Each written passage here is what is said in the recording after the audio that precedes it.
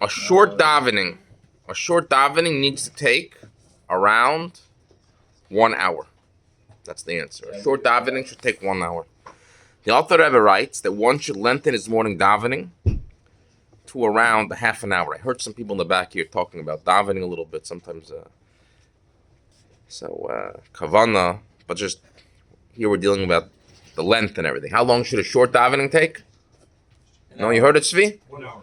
1 hour. In other words, if we start here around 9:45, which is when their Shachris begins, around 10:45, give or take, around. Sure. That's how long the davening should take. Now, that's a short davening, right? However, since times have the Alter Rebbe writes, one should lengthen his morning davening to an hour and a half. The Alter Rebbe says that it should be really 90 minutes. But the Rebbe says that in our time, maybe Yeridus Adoidus, the descent of the generations, we're not holding on that level. So we should do about an hour. So start 9:45, about 10:45, that's what's average. So if you ever see a fast chazan, and sometimes you see me, I try to slow them down. How come people can show stuff in 45 minutes? You're asking why people don't listen to the Rebbe? Why people don't? They're machmer. You could ask the same question. They have another opinion on it. You have some people who like the Rebbe says, not to have more than 4 l'chaims. The Rebbe didn't want people getting drunk, especially under 4. And if people do that also. You want to know the answer to that question? I'll tell you the answer to that question. He asked the question: Why do people not daven an hour? Why do people say more than 4 l'chaims when they're not 40 years old? The Rebbe didn't want people getting drunk. You know what the answer is? I'll tell you the answer in short. Tzimtzum Harishon. Tzimtzum Harishon is the first. That's when God took away His godliness, is revealed, and therefore that left room for. Tzimtzum is a contraction. It left room for sin. Another answer I could give you is Chet Eitzadas. You know what the Chet Eitzadas is?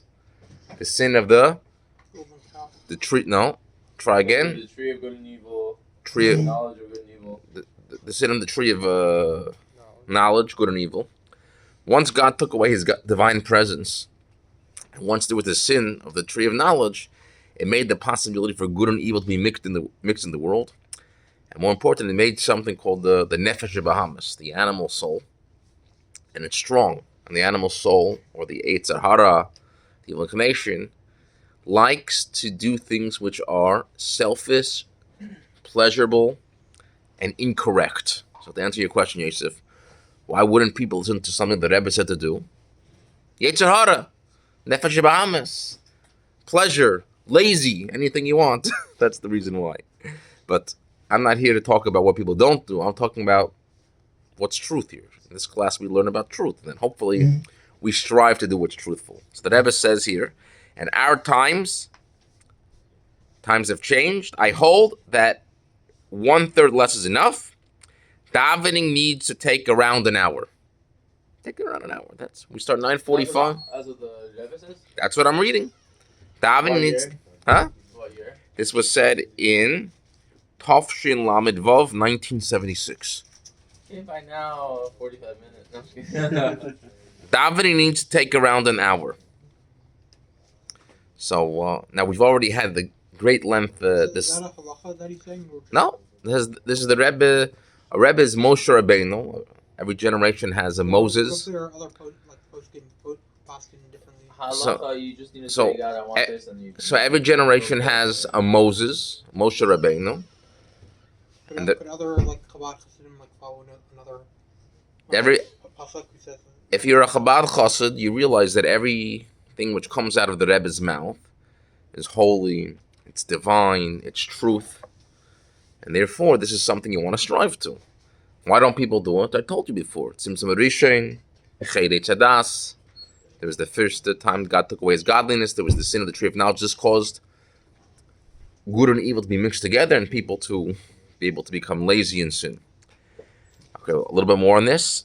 The above is regarding someone who is not davening with contemplation at length.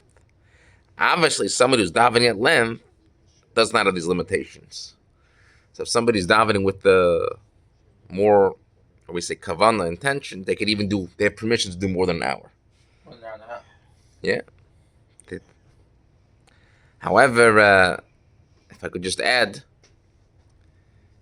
I mean, I don't know if we're going to get to it here, but even if somebody wants to daven at length, right, that would not be an excuse to miss things that he's obligated to do. For example, if somebody's in a yeshiva and this Gemara Seder would begin at 11:30 or on a Monday, Thursday at 11:40. So davening at length would not be an excuse to come late to Gemara. That would not be acceptable. So you have to figure out how to do it in a way where it all fits in. Okay, here we go. Oh, I didn't even plan this. Let's see. Next title, number 3. When the Seder of Yeshiva limits the contemplation of the meaning of the words of davening. So this guy writes in, maybe the person has the problem. I want to do everything correctly, but I have Gemara at 11:30. Just give you an example. That's what time we start Gemara. So what do you do? Well, Yosef, what do you say? Just go as long as you can. I'm sorry. You have Gemara at 11:30, and you want to have good kavanah. So what's the correct thing to do? You gotta wake up early and start davening earlier before the minyan. Let's see what the Rebbe says. I'll tell you what the Rebbe says. Again, I'm here for truth. I don't. If it's something which, if we have a directive from the Rebbe, if we have something from Shulchan Aruch, it's our job how to make it fit in. We can't make our own calculations that we don't have to follow what the Rebbe said. It's too hard. It's too difficult. I can't. I'm an exception. You take what the Rebbe said and you make it work. So I didn't even do the answer, but let's see it. Ready? Okay. The answer goes like this. The Shulchan Aruch established that before each davening, 3 times a day, one must contemplate on the greatness of Hashem and the lowliness of a man. That's number 1. You do it 3 times a day. Everyone here do that? Shachris, Mincha, and Maid. If you think about the greatness of Hashem and the lowliness of a man. No? I'm sure everybody does that, right? No, I don't. No? Not yet? I don't think about that one. That's what you got to do before. It didn't say when you daven. It said before you daven. It's halacha. Oh, I don't do that. Shulchan Aruch. You want to see it? It says Orach Chaim I believe you. 98 Sif Beis in the Ramah. This is halacha. Before you daven, not only shachris, but 3 times a day, you need to think about the greatness of God and the lowness of man. Although it's understood that the contemplation before the long morning davening, which is the beginning of the day, is not the same as the contemplation before Mincha Ma'ariv, it is for this reason that the verses of praise were established to be said at length in the morning, etc. So in other words, the main thing has to be in the morning, but still, Mincha Ma'ariv, you have to do it also. Next, one must also daven while looking in the siddur. That's number 2. What's over? You don't look in the siddur? Sometimes. No, sometimes you do. Okay, so you have to daven while looking in the siddur. Yeah, you have to look in the siddur. Well, you're not anti-siddur, right? Oh, yeah. No, What did the siddur do to you? no, I just know it already. So you have to daven in the siddur. Next, ready?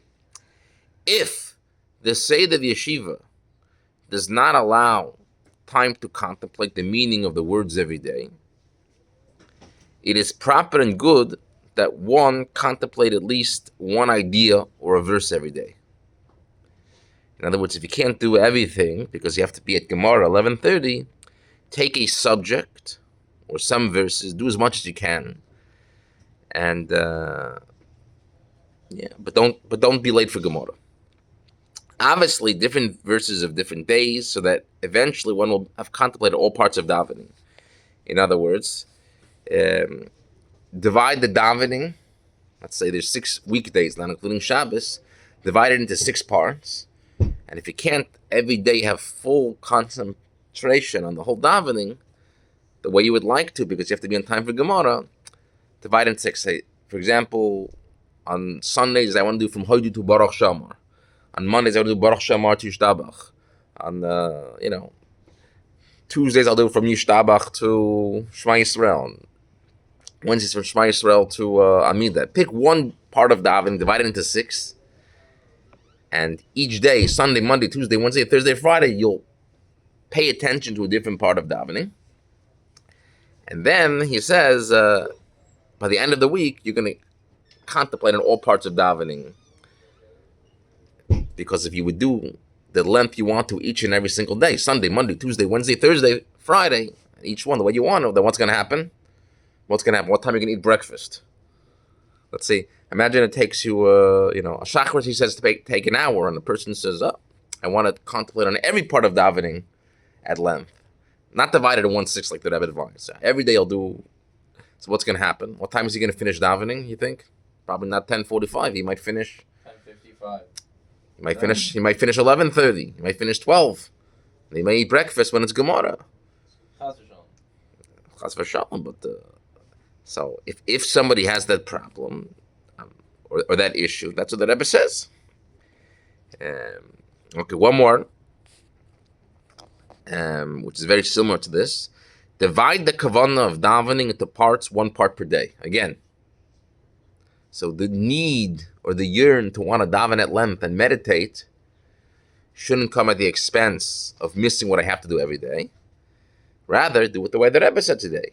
Each day, do 1 part. Let's see the words. And this is actually from the Frierdiker Rebbe. Look at this.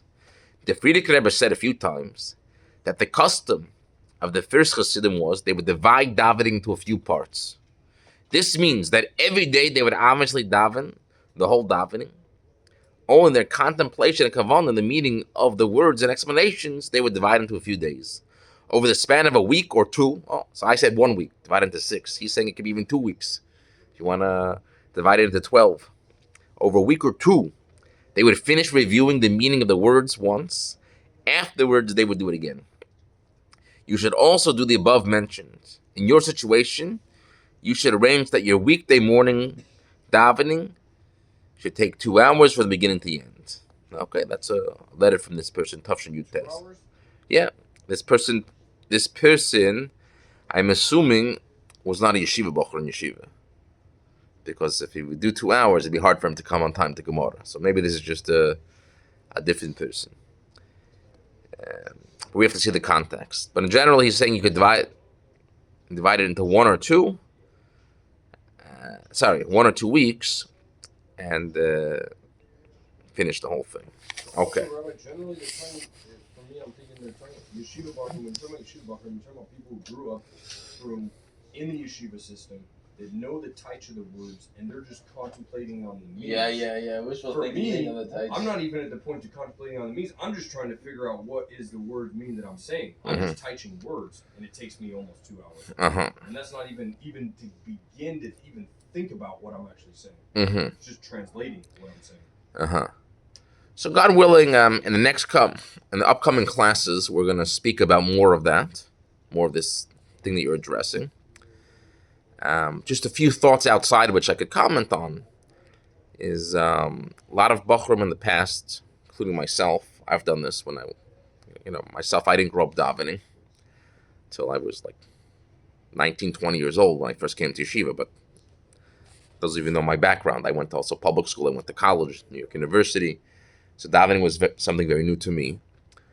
So when I first came to yeshiva, I actually made a chavrusa during dinner break. Not too long, maybe about 15 minutes a day. And I would take an English siddur with a chavrusa, and I would maybe 15 minutes a day, not even every day, maybe 2 or 3 times a week, just translate davening. Kind of like learn it like I'm learning. That was when you were in Minot? No, when I was in Yeshiva Torah, I did this. I got a chavrusa, and we started learning it like Mishnayos, teaching a Gemara, translating a Gemara, translating Chassidus.